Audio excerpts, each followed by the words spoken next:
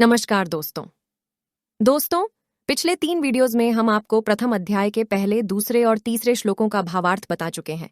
इस वीडियो में हम आपको चौथे, पांचवें और छठे श्लोक का भावार्थ बताएंगे।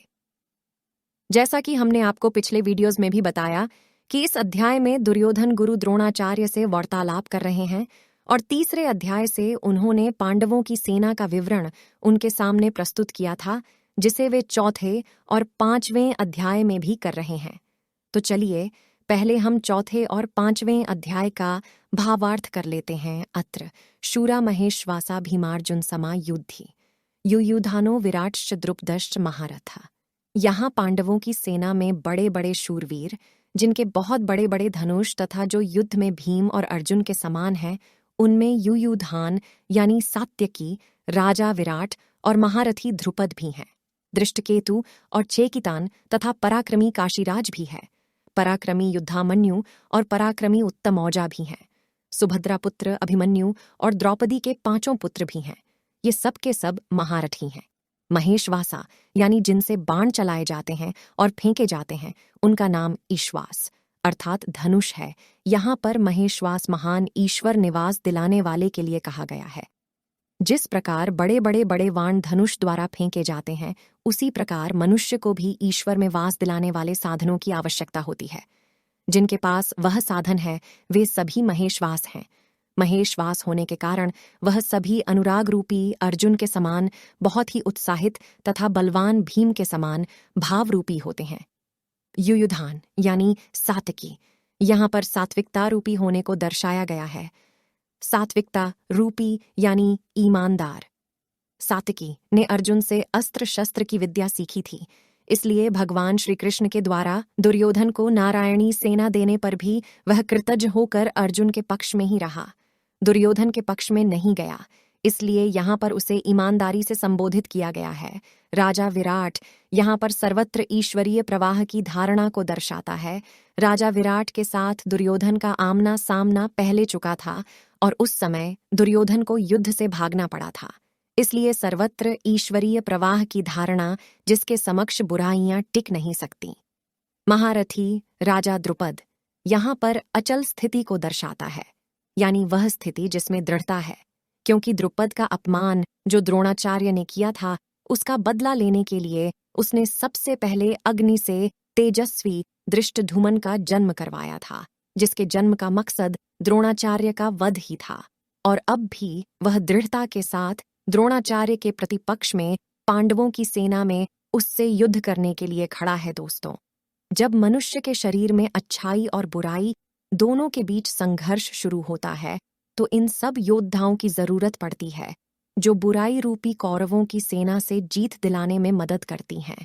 उसी प्रकार 5वें श्लोक में भी अच्छाइयों का वर्णन किया गया है, जिसमें पराक्रमी दृष्टकेतु की बात कही गई है, जो कि दृढ़ कर्तव्य को दर्शाता है। धृष्टकेतुश्चेकितानः काशीराजश्च वीर्यवान पृजितकुंती भोजश्च शैब्यश्च नरपुंगवा।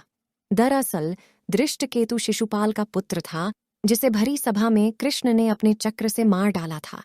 लेकिन अच्छाई के मार्ग पर चलते हुए दृष्टकेतु अपने दृढ़ कर्तव्य को निभाते हुए कृष्ण के पक्ष में ही लड़ने के लिए खड़ा है, इसलिए उसे दृढ़ कर्तव्य की संज्ञा दी गई है।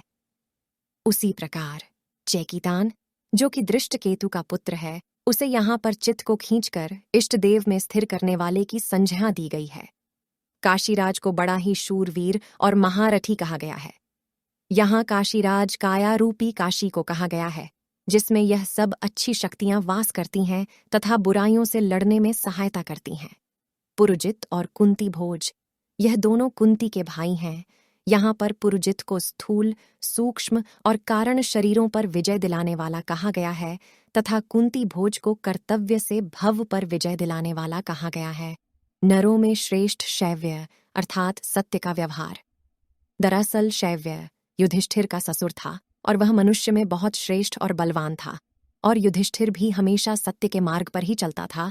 इसलिए शैव्य को यहाँ पर श्रेष्ठ और सत्य का व्यवहार करने वाला कहा गया है। तो कहने का अर्थ यह है दोस्तों कि अपने अंदर की आसुरी शक्तियों से लड़ने के लिए आपकी अच्छाई की सेना में महान ईश्वर में वास दिलाने वालों की आवश्यकता पड़ेगी, उत्साह की भी आवश्यकता पड़ेगी, अच्छे भाव की भी आवश्यकता पड़ेगी, ईमानदारी की भी आवश्यकता पड़ेगी, ईश्वरीय प्रवाह की धारणा की भी आवश्यकता पड़ेगी, दृढ़ शक्ति की भी आवश्यकता पड़ेगी, चित्त को हमेशा अपने इष्ट देव में स्थिर रखने की भी आवश्यकता पड़ेगी, कर्तव्य निष्ठा की भी आवश्यकता पड़ेगी और सत्य के मार्ग पर रहने की भी आवश्यकता पड़ेगी। तभी आप अपने अंदर की इन बुराइयों को समाप्त कर पाएंगे। युद्धामन्युश्च विक्रांत उत्तमौजाश्च वीर्यवान सौभद्रो द्रौपदेयाश्च सर्व एव महारथा। उसी प्रकार पराक्रमी युद्धामन्यु, जिसे यहाँ पर युद्ध के अनुरूप मन की धारणा की संज्ञा दी गई है, तथा उत्तमौजा, जिसे शुभ की मस्ती की संज्ञा दी गई है। सुभद्रा पुत्र अभिमन्यु, जिसे इस प्रकार दर्शाया गया है कि जब शुभ आधार आ जाता है तो मन भय से रहित हो जाता है।